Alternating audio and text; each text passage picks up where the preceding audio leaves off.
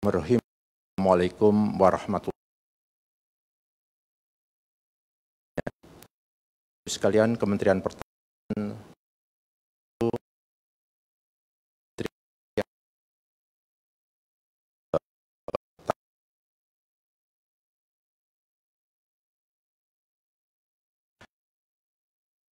berfungsi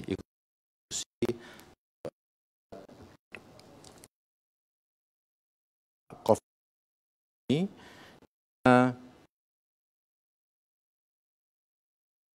sama dengan pihak-pihak lainnya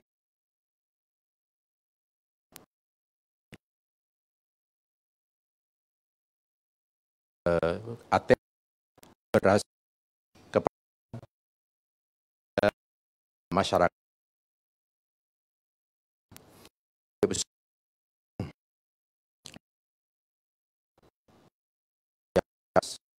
Lakukan atau berikan untuk 10 kodim di wilayah DKI, dalam hal ini Jakarta Utara dan Selatan, Bekasi, Depok,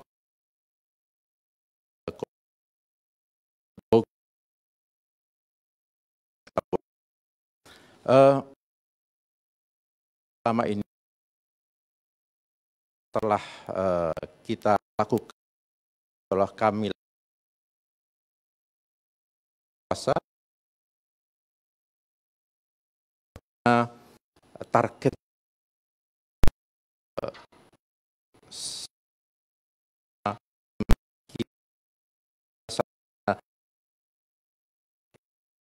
orang per orang per maksimal 1.000. Jadi beras ini dan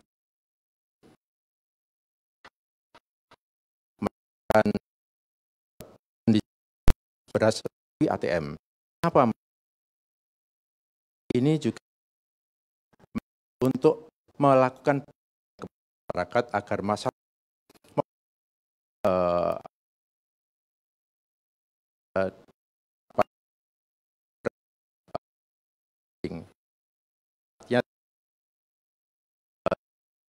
satu atau mencegah kan kenapa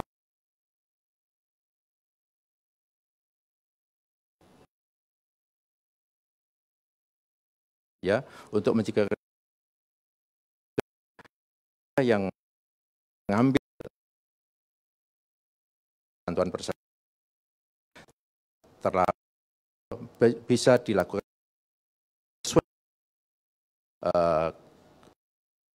ulangan. Bapak Ibu sekalian, kami telah kira-kira 150 ton akan terus berjalan sampai pada selama bulan ini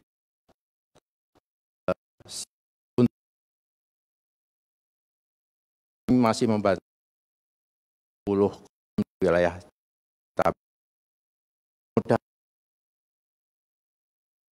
Mudah-mudahan berlangsung lama sehingga kepada masyarakat.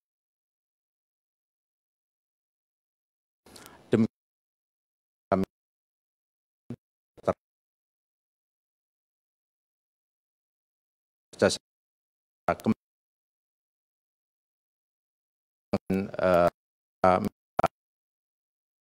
saya pencegahan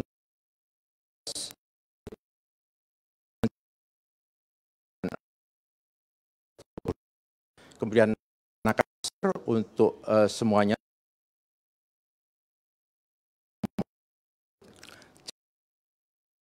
meter saja bekerja di rumah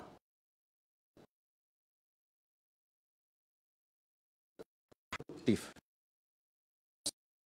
dengan disiplin, jadilah pahlawan, lindungi diri, lindungi orang lain. Mari menangkan perang melawan bisa. Salam tangguh. Wassalamualaikum warahmatullahi wabarakatuh.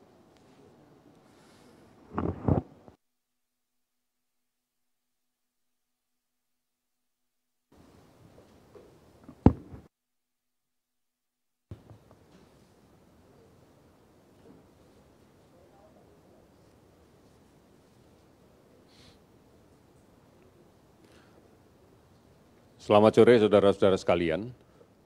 Hari ini kami akan menyampaikan beberapa hal terkait dengan upaya bersama kita untuk menanggulangi pandemi COVID-19 yang dipimpin dan dikoordinasikan oleh gugus tugas percepatan penanganan COVID-19, baik di tingkat pusat maupun di tingkat provinsi dan di kabupaten kota di seluruh Indonesia. Sejak pertengahan Desember 2019, kita tahu semua negara di dunia telah mendapatkan peringatan Lembaga Kesehatan Dunia, WHO, tentang munculnya penyakit baru yang menular dengan cepat dari orang ke orang. Potensi menimbulkan kedaruratan kesehatan masyarakat. Pada tanggal 11 Maret 2020, WHO mendeklarasikan bahwa dunia dalam situasi wabah pandemi COVID-19. Dan kemudian Presiden langsung membentuk gugus tugas percepatan pengendalian COVID-19 pada tanggal 13 Maret. Kemudian pemerintah menyatakan pandemi ini sebagai bencana nasional. Ini harus kita maknai bahwa semua unsur penyelenggara negara, baik yang berada di eksekutif, di legislatif maupun yang di yudikatif, harus bersatu dalam suatu sistem yang terkoordinasi, yang terintegrasi dan terkolaborasi secara bersama-sama untuk menanggulangi COVID-19 ini. Seluruh sistem itu bekerja dan dengan mengacu kepada beberapa arahan Presiden.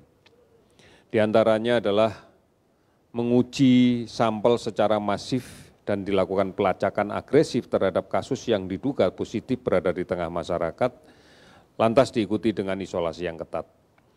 Kemudian yang berikutnya adalah melaksanakan layanan konsultasi medis dengan menggunakan teknologi untuk mengurangi kunjungan ke rumah sakit. Ini ditujukan adalah untuk mengurangi potensi tertular di rumah sakit.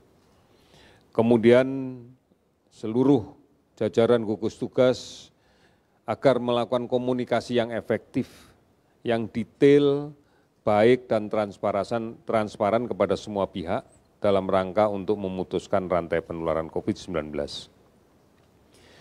Disiplin masyarakat penting agar pandemi ini bisa diselesaikan dan disiplin ini harus dilaksanakan dengan konsisten, terus-menerus. Untuk itu penegak hukum dan dengan bantuan aparat negara akan membantu masyarakat menjalankan disiplin ini. Semua pihak harus memberikan jaminan arus logistik agar berjalan dengan lancar, baik dari pusat sampai ke daerah, dan harus memberikan jaminan bahwa distribusi ini harus berjalan sampai dengan masyarakat pengguna terakhir, end user, dari gudang-gudang logistik sampai ke daerah.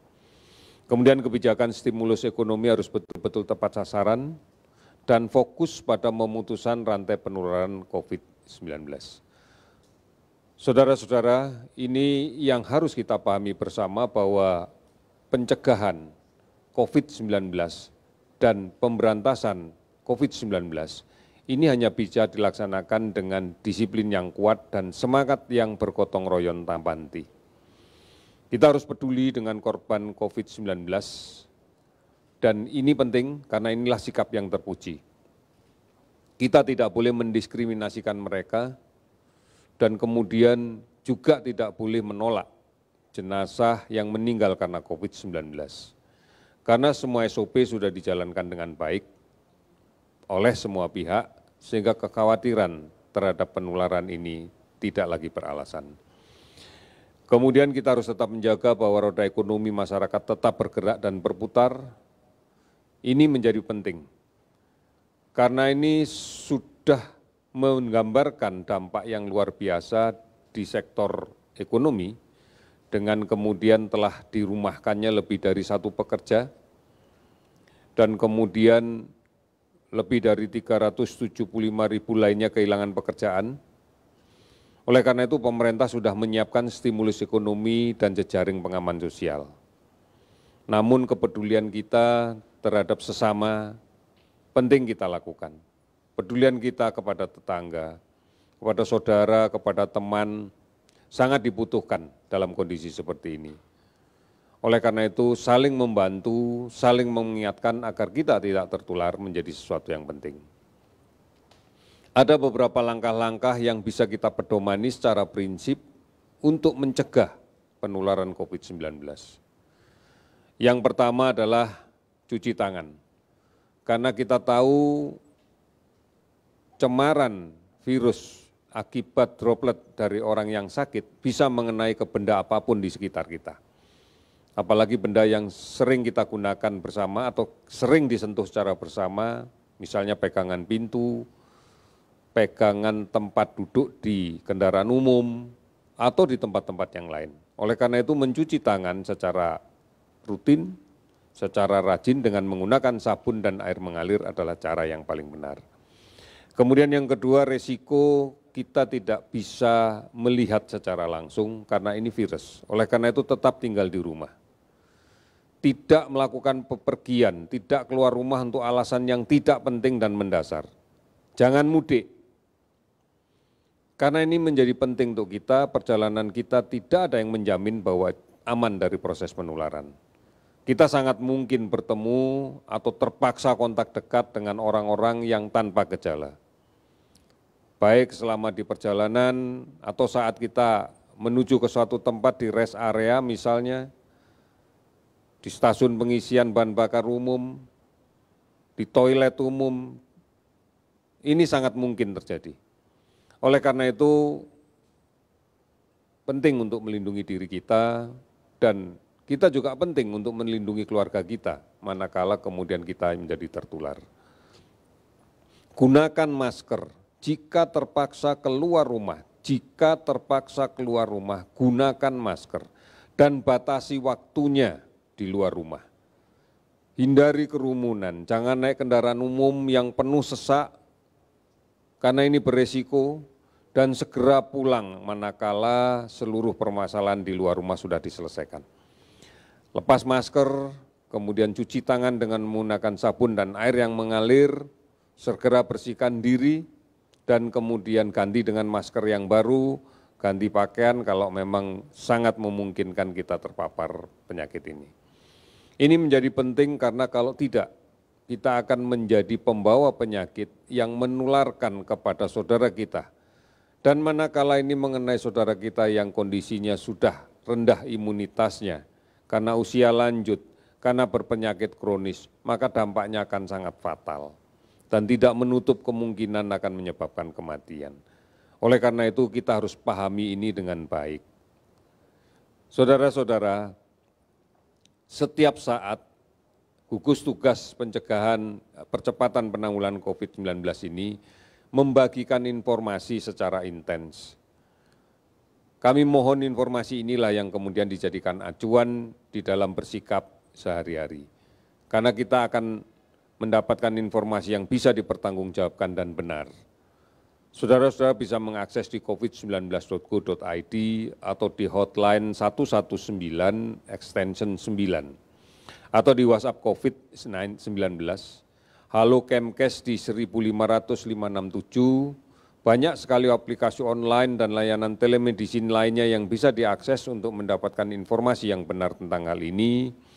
TVRI, RRI, dan televisi dan radio swasta yang lainnya secara terus-menerus akan menyebarkan informasi ini. Ini yang kita harapkan bisa kita pahami sehingga kita bersikap dengan baik dan tidak perlu ada kepanikan.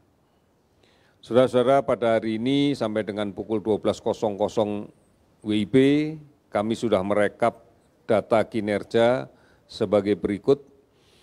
spesimen yang kita periksa sebanyak 121.547 dari 88.924 orang. Hasil dari pemeriksaan spesimen ini kita dapatkan bahwa kasus konfirmasi positif bertambah 484 orang, sehingga totalnya menjadi 12.071 orang. Kasus konfirmasi positif yang sudah sembuh bertambah 243 orang, sehingga total sembuh menjadi akumulasinya menjadi 2.197 orang. Kemudian konfirmasi positif yang meninggal bertambah 8 orang, sehingga menjadi 872 orang. Orang dalam pemantauan yang kita lakukan berdasarkan laporan yang kami akumulasi dari semua provinsi di seluruh Indonesia, sebanyak 239.226, di mana hampir 200.000 diantaranya sudah selesai dipantau dan dinyatakan sehat. Kemudian pasien dalam pengawasan sebanyak 26.408 orang, ini tersebar dari seluruh Indonesia. Sebagian besar provinsi sudah kita dapatkan berapa yang sudah selesai dipantau dan kemudian ada beberapa yang kemudian ternyata konfirmasi menjadi positif. Namun di beberapa yang lainnya kami masih mengupdate dari provinsi-provinsi yang ada. Kabupaten kota yang terdampak sudah lebih dari 300 kabupaten kota dari 34 provinsi, 335 kabupaten kota dari 34 provinsi. Kemudian pasien sembuh totalnya adalah 2.197 orang dari keseluruhan provinsi, di mana DKI Jakarta 704 sudah sembuh, Sulawesi Selatan 228, Jawa Timur 180, Jawa Barat 167, dan Bali 160 orang. Saudara-saudara, kita harus betul-betul memperjuangkan jangan sampai kita tertular, jangan sampai orang lain tertular, jangan sampai saudara-saudara kita tertular. Karena kalau kemudian semakin banyak kasus yang tertular dan kemudian harus masuk rumah sakit, maka beban layanan rumah sakit akan menjadi semakin berat. Beban layanan rumah sakit menjadi semakin berat dan resource yang kita dibutuhkan juga semakin besar. Oleh karena itu kuncinya adalah bagaimana mencegah jangan sampai sakit. Bagaimana kemudian memutuskan rantai penularan ini agar tidak ada orang lain yang menjadi sakit. Ini hanya bisa dilakukan manakala kita bisa bergotong royong dan bersatu terus-menerus tanpa terputus untuk melawan COVID-19. Kita harus mensinergikan dari pusat sampai ke daerah, sampai ke desa, sampai ke RW, sampai ke RT, dan sampai di kehidupan keluarga kita masing-masing. Oleh karena itu, kita berharap inilah yang bisa kita lakukan. Kita harus mematuhi tentang ketentuan-ketentuan yang dilakukan oleh pemerintah. Meskipun suatu daerah belum diputuskan untuk melaksanakan pembatasan sosial berskala besar, secara mendasar, physical distancing, menjaga jarak, menghindari kerumunan, menggunakan masker, rajin mencuci tangan, dan tetap di rumah adalah dasar untuk mencegah penularan ini. Oleh karena itu, bukan hanya kita menjadi disiplin setelah ada PSBB, jauh sebelum PSBB kita juga harus disiplin. Inilah yang menjadi kunci bagi kita.